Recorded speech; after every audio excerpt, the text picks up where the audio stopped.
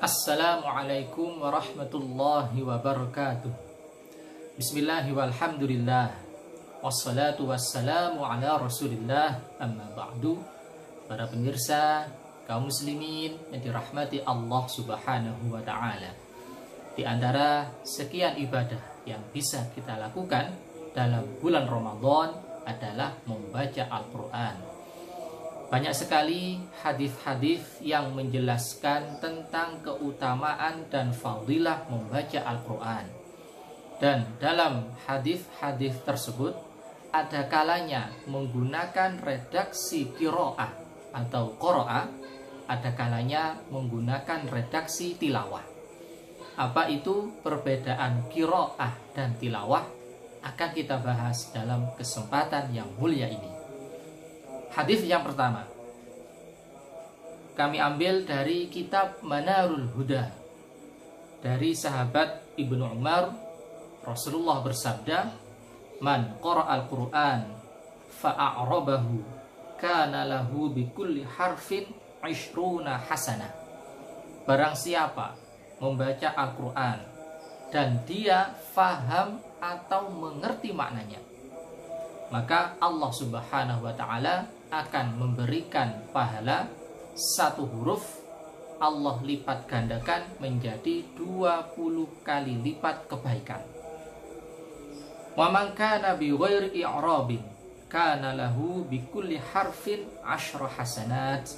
Dan barang siapa membaca Al-Qur'an tanpa faham maknanya, maka Allah Subhanahu wa ta'ala akan memberikan balasan satu huruf Allah lipat gandakan pahalanya menjadi 10 kebaikan. Rawahul Baihaqi. Kemudian hadis yang kedua kami ambil dari kitab Riyadhus Shalihin, nomor hadis 999 dari sahabat Ibnu Mas'ud bahwa Rasulullah bersabda, "Man qara'a harfan min kitabillah falahu hasanah wal hasanatu bi asyri amsalha wala aqulu alif lam mim harfun walakin alifun harfun wa lamun harfun wa mimun harfun." Rawahut Tirmidzi. Barang siapa membaca satu huruf dari Al-Quran, Allah akan memberikan pahala sebuah kebaikan, dan sebuah kebaikan itu Allah lipat gandakan menjadi 10 kali lipat. Jadi misalnya ketika seorang hamba membaca lafaz alif lam mim, di situ ada 3 huruf dikali 10 sama dengan 30 kali lipat kebaikan di sisi Allah Subhanahu wa ta'ala. Kemudian misalnya membaca basmalah, Bismillahirrahmanirrahim, ada 19 huruf. Surah Al-Fatihah ada 147 huruf. Surah Al-Baqarah ada 25.500 huruf. Dan seluruh Al-Quran ada 323.671 huruf. Jadi pada dua hadis pertama ini Rasulullah menggunakan redaksi qiraah atau qiraah. Kemudian hadis selanjutnya dari sahabat Ibnu Umar bahwa Rasulullah bersabda, "Inna hadhil quluba tasda'u kama yasda'ul hadidu." Sesungguhnya hati-hati ini, artinya hati manusia itu akan berkarat sebagaimana berkaratnya besi.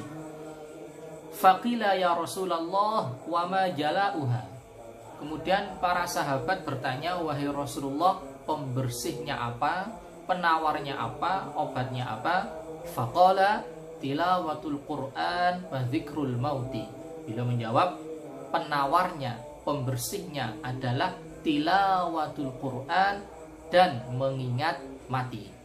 Jadi pada hadis yang ketiga ini Rasulullah menggunakan redaksi tilawah. Kemudian hadis yang keempat dari kitab Riyadhus Shalihin nomor hadis 1023 dari sahabat Abu Hurairah, Rasulullah bersabda, "Wa majtama'a qaumun fi baitin min buyutillah," dan tidaklah suatu kaum berkumpul di rumah dari rumah-rumahnya Allah, yatluna kitaballah, mereka mentilawahkan Al-Qur'an, menggunakan redaksi yatluna, tilawah. Wa yatadarusuna bainahum, mereka saling tadarus Al-Qur'an, yang satu membaca, yang lainnya menyimak. Illa nazalat alaihimus sakinah, kecuali Allah Subhanahu wa ta'ala akan menurunkan ketenangan dalam hati mereka. Jadi mereka yang tilawah Al-Quran, tadarus Al-Quran di masjid, maka Allah Subhanahu wa ta'ala akan memberikan ketenangan dalam hati mereka. Wa ghasyiyatuhumur rahmah, dan Allah akan menaungi mereka dengan rahmatnya Allah Subhanahu wa ta'ala. Wa haffathumul malaikah, dan para malaikat akan menaungi mereka juga. Wa dzakarahumullahu fi man indah, dan Allah Subhanahu wa ta'ala akan membangga-banggakan mereka di hadapan para penduduk langit. Rawahu Muslim. Para pemirsa kaum muslimin yang dirahmati Allah Subhanahu wa ta'ala, dijelaskan di dalam syarah Riyadhus Shalihin bahwa makna dari yatluna kitaballah pada hadis yang keempat tadi, bahwasanya ada 3 macam, yaitu tilawatul lafzi, tilawatul makna, tilawatul amal. Tilawatul lafzi artinya adalah kita membaca Al-Quran dengan baik dan benar, membaca Al-Quran secara tartil.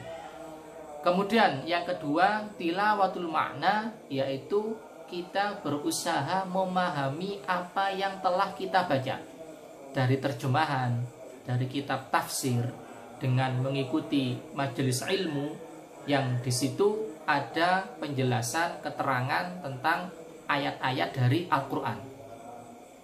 Kemudian yang ketiga adalah tilawatul amal, yaitu ada usaha untuk mempraktekkan dalam kehidupan sehari-hari dari apa yang sudah kita fahami dalam Al-Quran.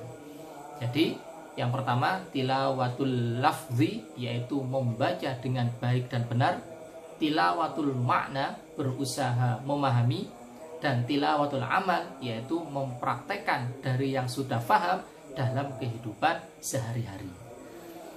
Hal ini juga dikuatkan dengan firman Allah Subhanahu wa ta'ala di surah Al-Baqarah ayat 121, alladzina atainahumul kitaba yatlunahu haqqa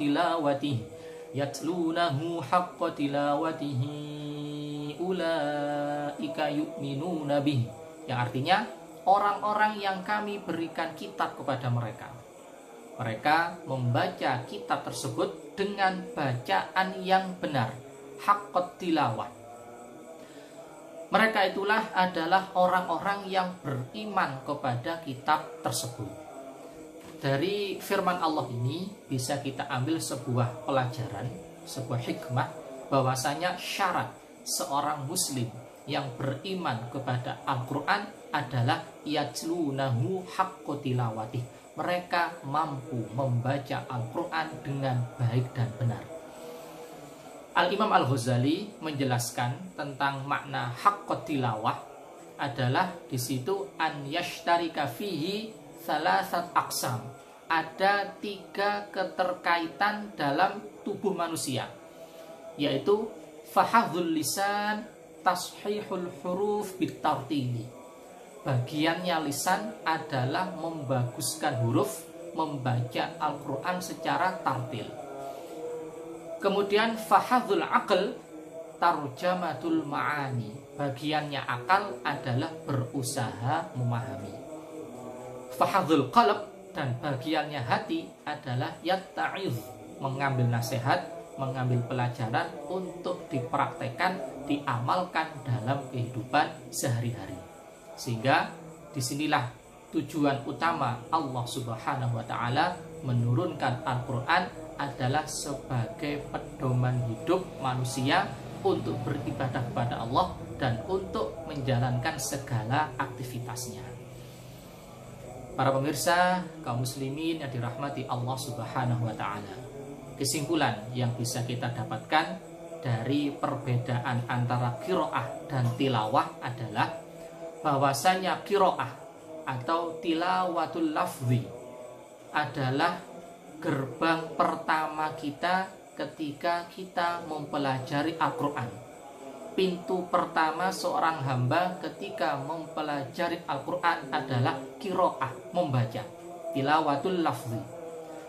Kemudian setelah tilawatul lafzi, kita harus bisa naik ke level yang kedua, yaitu tilawatul makna, berusaha memahami apa yang telah dibaca. Dan ketika sudah paham, kita harus meningkat ke nomor 3, yaitu tilawatul amal. Kita berusaha menjalankan, berusaha mempraktekkan dari apa yang sudah kita pahami dalam ayat-ayat Al-Quran. Jadi tilawah adalah lebih khusus daripada qiraah. Kalau qiraah hanya sekedar membaca saja dari lisan kita, namun kalau tilawah di situ ada keterkaitan antara lisan, kemudian akal, dan juga hati. Sehingga inilah yang sebagaimana disampaikan oleh Al-Imam Ibrahim Al-Khawas, bahwasanya salah satu obat hati adalah mentadaburi Al-Quran, yang diambil oleh Sunan Bonang, yaitu moco Quran angen-angen sak maknani. Semoga keterangan ini memberikan manfaat untuk kita semuanya. Hadza minni wal afu minkum. Assalamualaikum warahmatullahi wabarakatuh.